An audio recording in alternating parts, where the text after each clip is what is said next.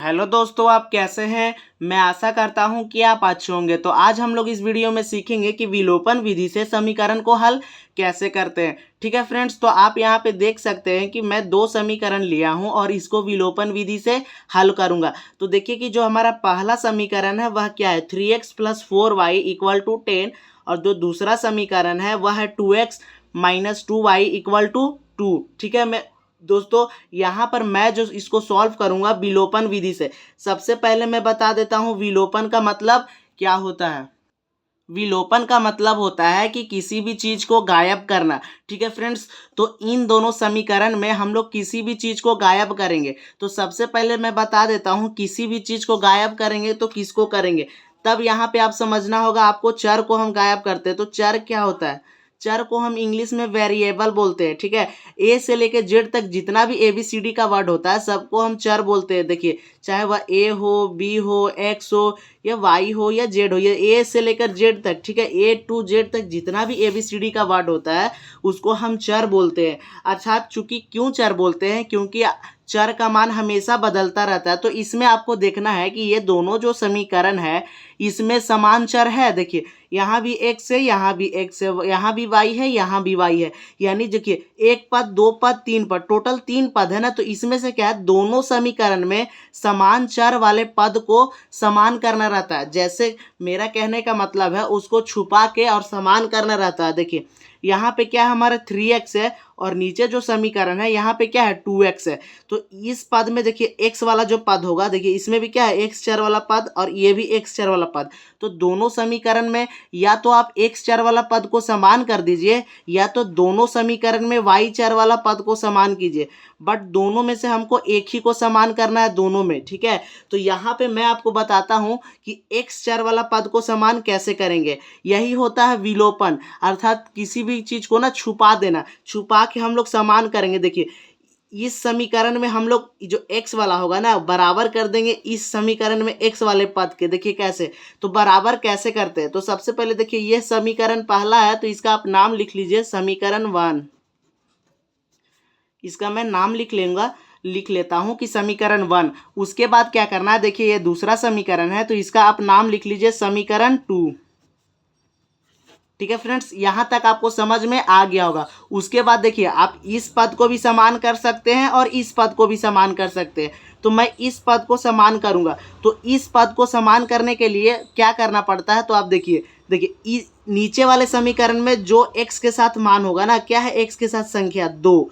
तो इस संख्या को ना ऊपर वाले समीकरण में गुणा करना रहता है। जैसे इस संख्या को हम समीकरण 1 में गुणा कर देंगे, किससे, देखिए नीचे वाले संख्या में क्या है, यानी समीकरण 1 में उसी संख्या से गुणा करेंगे जो समीकरण 2 में जिस पद को हम लोग समान कर रहे होते हैं। जैसे कि यहाँ पे x में दोनों को समान कर रहे हैं तो नीचे वाले जो समीकरण में x के साथ जो भी संख्या होगा उसको ऊपर वाले समीकरण में क्या करना है, गुणा कर देना है। ठीक है, यहाँ तक आप समझ गए होंगे। अब ऊपर में जो x के साथ संख्या होगा उसको नीचे वाले के साथ गुणा कर देना है। ठीक है, आप यहाँ तक समझ गए होंगे। इसके बाद गुणा करके ना जो समीकरण आएगा उसको लिख लेना है। जैसे कि देखिए, इस पूरे समीकरण को जब हम 2 से गुणा करेंगे तो क्या आएगा, देखिए तो एक एक करके कर लेते हैं। तो 3x में जब 2 से गुणा करेंगे तो क्या आएगा, हमारा 6x आएगा।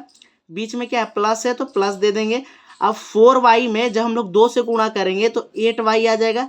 अब बराबर है तो बराबर दे देंगे। अब 10 देखिए, 10 को 2 से गुणा करेंगे तो क्या आएगा, 10 को 2 से गुणा करेंगे तो हमारा 20 आ जाएगा। अभी जो नया समीकरण आया इसका आप नाम लिख लीजिए समीकरण 3, यानी समीकरण 3 इसका आप नाम रख लीजिए। अब देखिए, इस जो सेकेंड वाला हमारा समीकरण था, अब इसमें भी 3 से गुणा करना है तो इसको गुणा कर लेते हैं। देखिए यहाँ पे 2x से 3 से गुणा करेंगे तो क्या हो जाएगा, हमारा 6x। माइनस है तो माइनस का चिन्ह देंगे। अब 2y में 3y गुणा करेंगे तो क्या आएगा, 6y आ जाएगा। ठीक है, अब इक्वल टू का साइन है तो बराबर का साइन देंगे। अब 2 में जब 3 से गुणा करेंगे तो क्या आएगा, 6। अब इसको हम समीकरण 4 नाम लिख लेंगे। अब मैं यहाँ पे बताता हूँ कि मैं एक पद को समान क्यों किया। ठीक है फ्रेंड्स, तो मैं एक पद को समान इसलिए किया क्योंकि यहाँ पे एक पद को ना घटाना रहता है, यानी काट के कैंसिल करना रहता है। ठीक है, इसलिए हम एक पद को समान करते हैं। अब क्या करना रहता है, जब समान हो जाता है तब हम लोग या तो जोड़ते हैं पद को। देखिए, या तो आपको दोनों पद को जोड़ना है या तो माइनस करना है। ठीक है, या तो जोड़ना है या तो माइनस करना है। लेकिन इन दोनों समीकरण जो है, इन दोनों समीकरण को हम लोग जोड़ेंगे कि माइनस करेंगे, यह कैसे पता चलेगा? तो सबसे पहले आपको देखना है कि जिस पद को हम समान किए थे अब उसको देखना है कि वह प्लस में है या माइनस में। ठीक है, दोनों पद को देखना है कि प्लस में है कि माइनस में। तो देखिए, ऊपर वाला जो पद है यह भी प्लस में है और नीचे वाला जो पद है यह भी क्या चीज में है? प्लस में। कुछ नहीं तो क्या चीज का साइन होता है?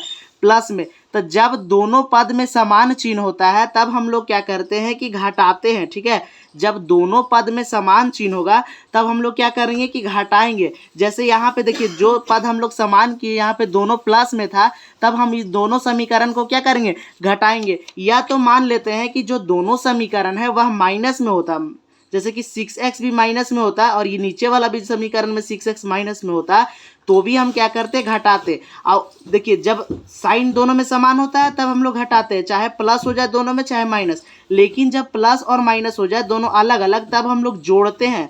ऐसा कंडीशन में क्या करते हैं?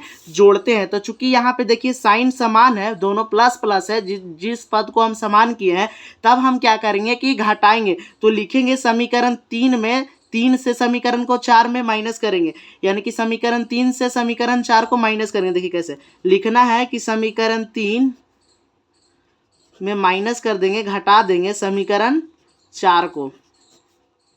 समीकरण 3 में हम लोग माइनस करेंगे समीकरण 4 को। तो यहाँ पे आप समीकरण 4 लिखिए। अब समीकरण 3 है उसको लिख लीजिए यहाँ पे, जैसे कि जोड़ घटाव करते हैं उसी टाइप में।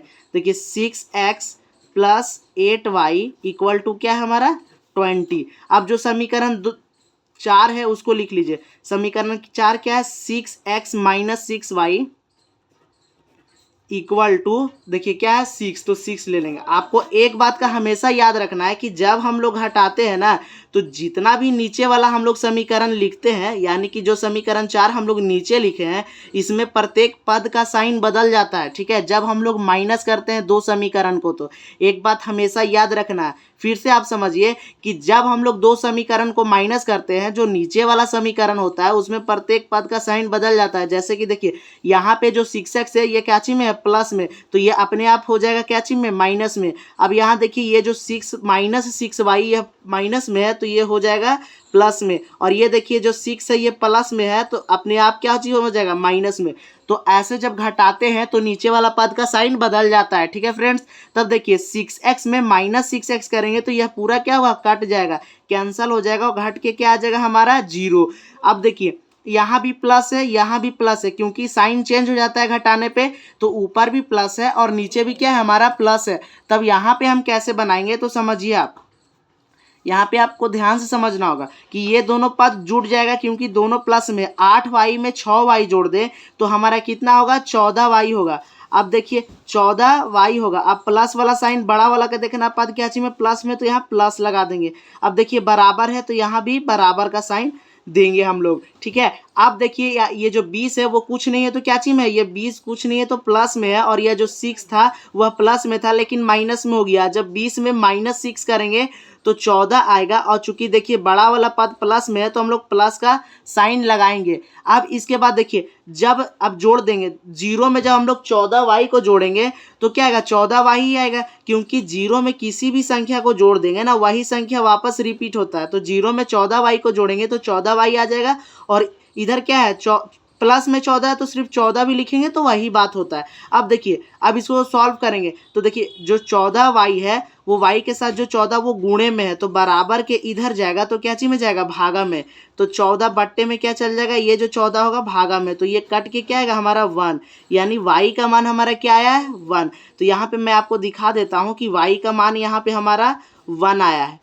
अब y का मान आ गया है, और इसमें आपका चर कई गो था? x और y। तो x का मान निकालना होगा। y का मान हम चूंकि देखिए यहाँ पे निकाल लिए, तब हम लोग x का मान कैसे निकालेंगे?